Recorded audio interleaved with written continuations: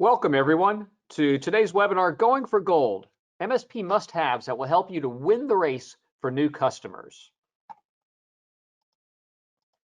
This is Mark Winter, VP Sales here at RapidFire Tools. We're the makers of Network Detective and a number of other software platforms. We were founded by Michael Mattel well over 10 years ago, and we're led by him, a former MSP, and for the last 10 plus years have really been focused on delivering tools for the IT provider and MSP community. And today I'm joined by Steve from Auvik Networks. Hey folks, Steve Petryschuk here. At Auvik, I'm what we call our technology advocate, working with partners around the globe. Been with Auvik for about 5 years. So discussing everything from technology topics to business topics. Before that, I was living the life of an IT security service provider. So definitely walked a mile or two in your shoes. Fantastic. So let's get on to the content. So customer trust is on the decline. Looking at a survey from PricewaterhouseCoopers that asked customers to rank their top 5 businesses for trust, while IT and professional services are in the top 10 of most trusted industries, it's a concern they're not actually in the top 5. In that same study, it was found that companies must put cybersecurity and privacy at the forefront of business strategy to win customers' hearts and, of course, earn their trust. And they've got to implement, meet, and clearly communicate robust data governance and privacy protection policies. Turns out that brands with superior customer experience bring in almost 6 times more revenue than competitors that lag in customer experience. And 80% of customers say they're more likely to do business with a company if it offers personalized experiences. Acquiring new customers is becoming more difficult. Therefore, more companies are investing in keeping existing customers instead of just trying to find new ones. Here's why. Acquiring new customers can cost up to 5 times more than keeping existing customers. I'm sure you've heard that fact before. And a 2% increase in customer retention has the same effect on profits as cutting costs by 10%. I think you'll also find that enhancing customer experience will boost the momentum of your salespeople. Employees at companies that excel at customer experience are 1.5 times more engaged than employees at less customer-focused companies.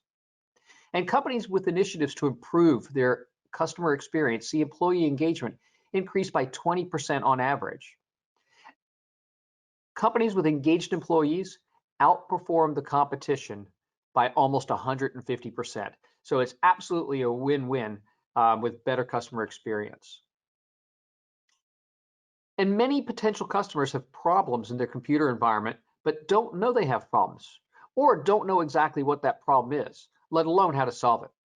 These could be simple things for us, things like firewalls with known vulnerabilities that could allow hackers to easily get into the network, active login credentials for ex-employees, or personally identifiable information or credit cards stored on unauthorized systems. So you can establish yourself as a trusted advisor, identifying issues in their computing environment that they're not aware of, and explain the issue to them, not in technical, but in business terms. And of course, proposing personalized solutions to meet their specific issues and needs will really gain the trust and win new customers. So I can almost hear what you're thinking. Identifying problems on a computer network and delivering a personalized approach is going to take way too much time and eat into my margins. Well, without a secret weapon, you're absolutely right. So first stop, you've got to be proficient in performing IT assessments. But how can you as an MSP or IT provider provide personalized IT assessments to each and every prospect quickly without completely depleting already limited resources? So the answer is simple. You need the secret weapon called an IT assessment. And traditionally, IT assessments have kind of been a time-intensive, invisible service, one that's been quietly lumped into onboarding plans. In many ways, an IT assessment is what you'd call a byproduct of doing business as an MSP because you'll need to provide one in order to deliver the services to a new customer. In their best-selling book, Rework, Jason Fried and David Hansen write, "You can't just make one thing. Everything has a byproduct. Observant and creative minds spot these byproducts and actually see opportunities. So make the most of the understanding you need to have of a prospect's business to accurately sell to them and show them your understanding and boost your value in their eyes." Free isn't very enticing unless you know the value of the item being offered, right? Your expertise is worth something. So you really need to build a picture in your prospect's mind of just how much you're worth and what your service is worth. You know, if you think about it, a free car valued at 40,000 pounds or euros will get a lot more interest than simply saying a free automobile. And that concept rings true for IT assessments too. Whether you charge for it or not, promote the value of the service. Both assessment pricing models, free and paid, have helped MSPs find success in securing new SMB clients. If you aren't sure which model will work best in your practice, try them both and then measure the results to see which wins you more business. I'd also tell you it depends on what you want. So you can offer a free assessment to get more leads. Alternately, a paid assessment I think you're going to find is going to get you fewer but more qualified prospects. So really, depending on where you are and what you're looking to do, pick one or the other. You know, of course, a lot of MSPs don't like to offer free, and I get it. And so you could offer a discounted IT assessment. And again, talk about the value. So you might say our, 999 pound IT assessment we're offering for a limited time to select customers for 299 pounds, something along those lines. So you've spent time, resources, and money collecting a detailed picture of your prospect. You understand their situation and you've identified issues they were unaware of. That's so valuable. But don't fall at the final hurdle and fail in presenting the information and the analysis that you've collated.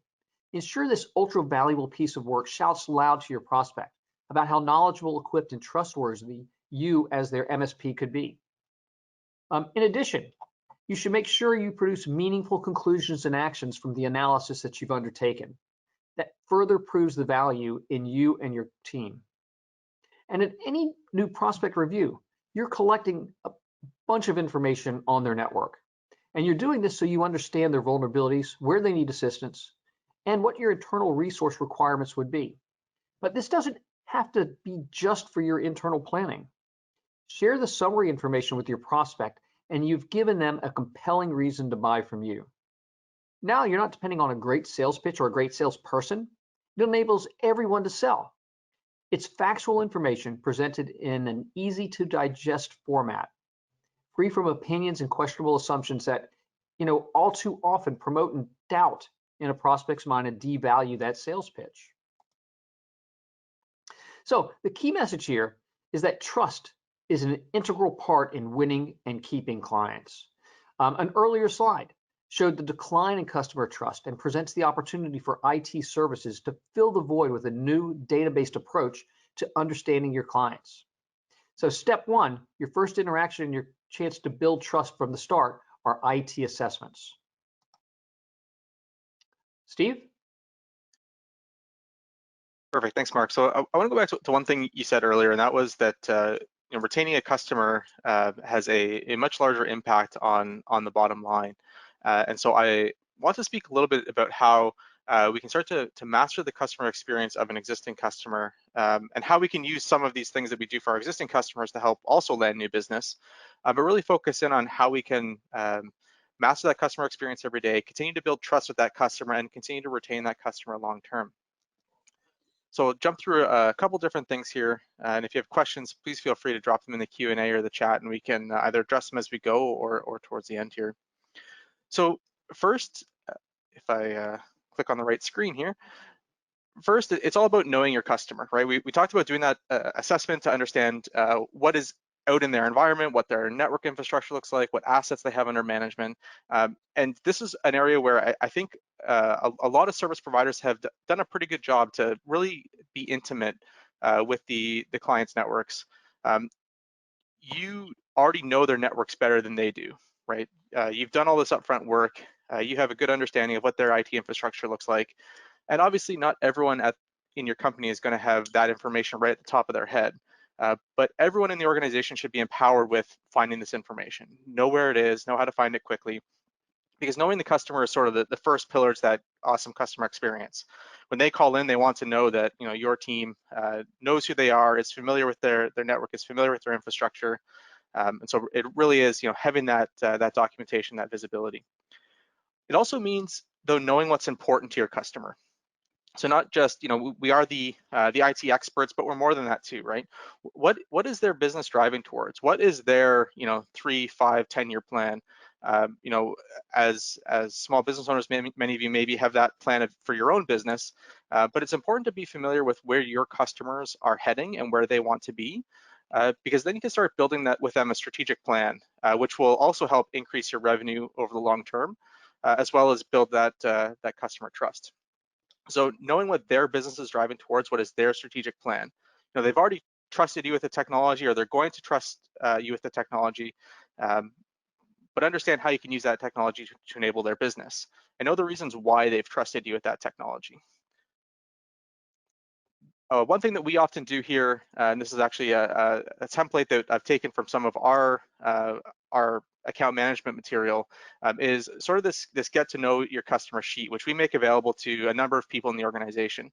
So when we start to look at our partner base, we're looking to understand what are their key business offerings, what are the key systems, the critical assets to their business, who are the critical people in their business.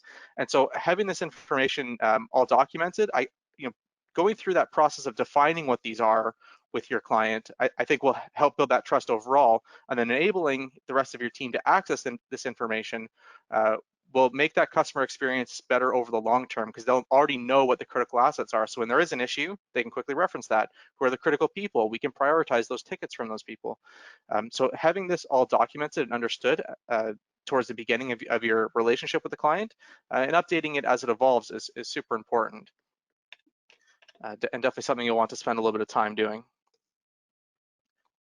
So next, it's having a plan, right? So we talk a little bit about knowing where your client's business is heading. And this really becomes a team deliverable, this plan, right? You need to know where the client is today, where they're trying to get to in 3 to 5 years, and know what their roadmap looks like to get there, and then know how your technology roadmap should help support their plan, right? You need to know where the customer is going, know what's most important to them, and understand then how are you going to enable them to achieve their business objectives. So if we put it into this analogy of a map, if you can see that mountain is coming, you're going to equip them with mountain climber gear. If you see that little lake right in the middle of the map, you're going to drop them a canoe, right? Give them the tools that they need, to give them the IT tools they need to enable their business objectives.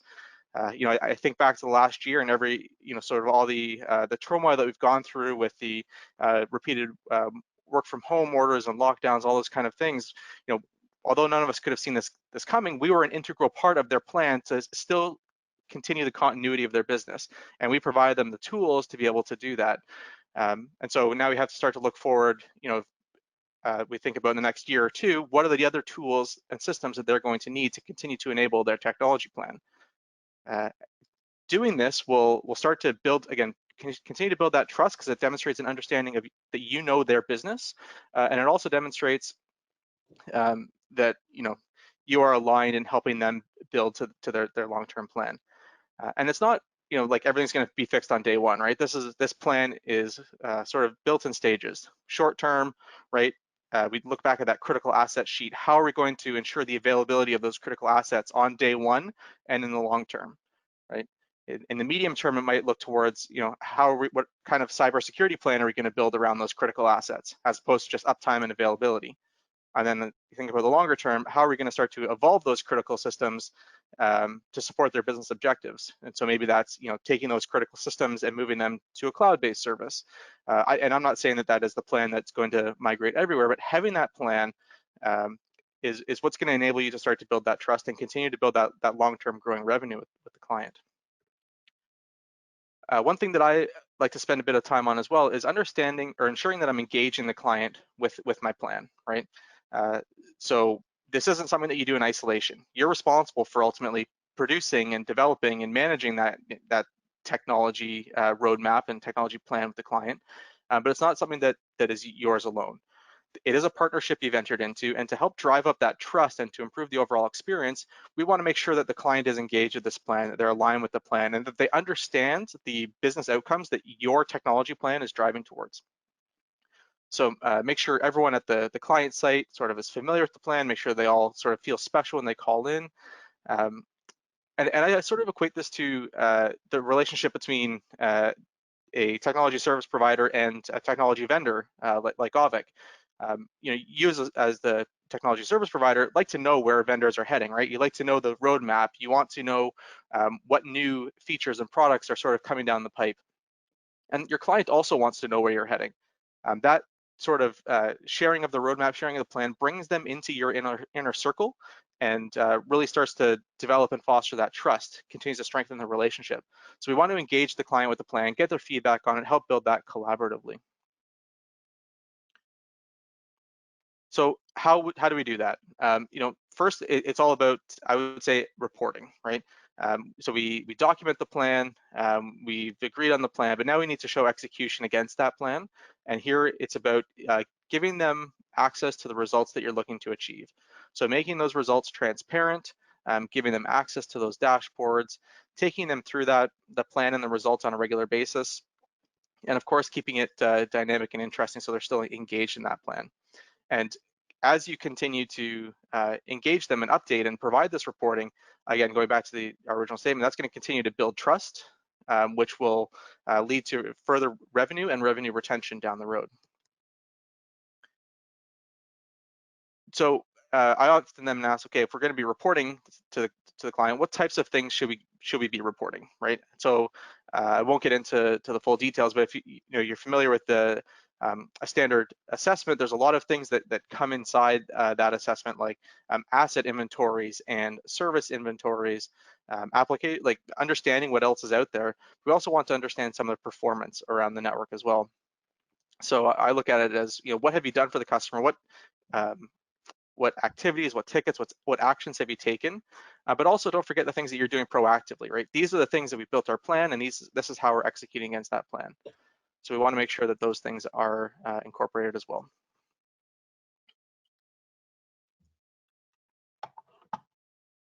Mark, back over to you. Yeah, that's great, Steve. And I love what you said about it being all about trust and that roadmap leading to trust, and terrific template. So that's pretty cool too. So do best-in-class tech stacks matter? You bet they do. 2 new studies suggest that the failure to keep workers equipped with the latest technology is having a huge impact on their productivity and causing them to waste large amounts of time. According to research from tech provider Insight, UK officers waste about 1.8 billion. Think about that, 1.8 billion working hours every year because the outdated technology they're given isn't good enough to meet their needs. And a survey of 2,000 UK office workers also suggests that more than a third of employees said that not being equipped with the right technology makes remote and flexible working difficult and stressful. And of course, that's so important in these times, as Steve was saying. In total, 80% of office workers at some point have felt they don't have the technology they need to do their jobs properly, putting them at a disadvantage. Best-in-class IT assessment solutions really allow you to deliver real, actionable insight in a structured, easy-to-digest format for your clients. The right IT assessment tools allow you to scan a network quickly without agents or probes, leaving nothing behind. And they automatically analyze the information to produce reports that can be branded with your company's logos and colors, so reports are from you to your client. And at the end of the day, they save so much time you can afford to do assessments every week or even every day if you needed to. Prospects will be impressed with both your ability to deliver enhanced services versus the competition, as well as the amount of knowledge that you can quickly gather about their environment. And existing clients will be positive about their relationship with your business and your focus on continuous improvement. End of the day, customer experience will soar, and the perception of your business will increase as word of your dedication to the best solution spreads. It's really all about you being a trusted advisor. McKinsey said, intrinsically, technology is neither good nor bad. It's the use to which it's put that makes the difference. And that's so true. The IT assessment tool helps win the clients, and the RMM solution helps with the ongoing service delivery. Salespeople will be more motivated, have higher morale, and thus sell more. Delivery of service will meet or exceed the expectations of your clients. So be confident in the fact that you're selling a great service, not just a great initial interaction or sales pitch. I mean, Mark said, I think most of what's really to be said there about having the sort of the best in class tool stacks. The one thing that I will add beyond just driving sales rep satisfaction and better efficiency in your business is all about the attitude of your techs and how they approach the customer experience. You know, these are the frontline workers who are engaging with the clients day in and day out, both pre-sales and on an ongoing basis. And something that I was speaking to Paul Dipple about a few months back, and it sort of stuck with me, and that was that happy techs provide a better customer experience. And so I know from personal experience, and I'm sure many of you do as well, that having the right tool for the right job increases your overall satisfaction. So let's not forget about the techs in this. If we give them the right tools to do their job effectively and to do their job efficiently, they're going to be happier, and thus they're going to be able to take care of all your customers as well. So short and sweet webinar today that brings us towards the end. If you're interested in taking a closer look at Auvik, I would encourage you to jump in, auvik.com/gold. We have a free trial you can use for a few days, both in that from a prospecting, onboarding, assessment,